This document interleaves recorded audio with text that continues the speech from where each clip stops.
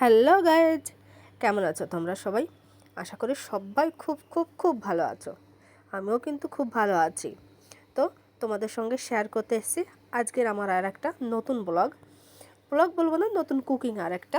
তো দেখো, আমার বরের এক বন্ধু, সে আজ আমাদেরকে এটা গিফট করেছে। আমি কিন্তু ভীষণ খুশি, আর আমি যতটা খুশি আমার থেকে কিন্তু আমার মেয়েটা আরও বেশি খুশি, কারণ ও কাঁকড়াটা ভীষণ পছন্দ করে। যেমন কাঁকড়া, চিংড়ি, এই দুটো জিনিসও ভীষণ পছন্দ করে। তো আমিও কিন্তু ভীষণ খুশি হয়েছি। আর তার থেকে বড় কথা, দেখো কাঁকড়াগুলো যেরকম বড় সেরকম দেখতে কিন্তু সুন্দর।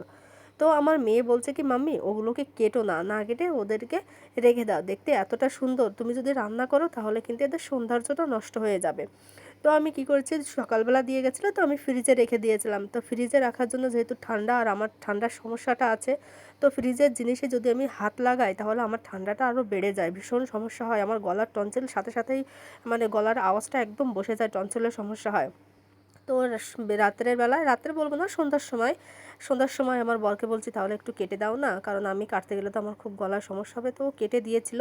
আর এদিকে ও যখন কাটছিল, কাটতে কাটতে আমি কিন্তু মশলাটাও সেরে নিয়েছিলাম। তো মশলায় স্বভাবতই যেটা দেওয়া হয়, কিন্তু আমি এখানে পেঁয়াজ রসুনের পরিমাণটা খুবই কম দিয়ে কাঁচা লঙ্কা, জিরে, ধনে, গরম মশলা, আদা এটাই দিয়েছিলাম। পেঁয়াজ আর রসুনটা ওই নামে মাত্র কিছুটা আর কি। তো দেখো, আমি সরিষার তেল দিয়ে ভালো করে মাখিয়ে নিয়েছি। তোমরা হয়তো বা কড়াইতে রান্না করো, আমি কিন্তু এই যে মাছের যে জিনিসগুলো রান্না করো, আমি কিন্তু কড়াইতে কখনোই রান্না করি না। আমি কিন্তু একটু শর্টকাট অবলম্বন করি, কারণ আমার রান্নাটা খুব বেশি ভালো লাগে না, তারপরেও করি। আমি কিন্তু শর্টকাটে কিন্তু সব কিছু কুকারে দিয়ে বসিয়ে দেয়। তো আমি কিন্তু সরিষার তেলটা ইউজ করি, মাছের যেগুলো আছে সরিষার তেলটা বেশি ইউজ করি মাছের সবগুলোতে। তো দেখো, আমি কিন্তু শুধু যে মিক্সি ধোয়া যে জলটা, অতটুকুই জল দিয়েছি, আর বাদবাকি কিন্তু কোনো জলই দিইনি। তো দেওয়ার পরে আমি কিন্তু আর একটু সরিষার তেলও এর উপর দিয়ে ছড়িয়ে দিলাম। তো ভীষণ সুন্দর একটা স্মেল আসে, তুমি যখন কুকারের ঢাকনাটা খুলবে হয়ে যাওয়ার পরে, তখন কিন্তু ভীষণ সুন্দর একটা স্মেল আসবে। দেখো, আমি ঢাকনা দিয়ে বসিয়ে দিয়েছিলাম, মাত্র 2 সিটি দিয়েছি। 2 সিটি দেওয়ার পরে নামিয়ে নিয়েছি। দেখো কি দারুণ দেখা যাচ্ছে না?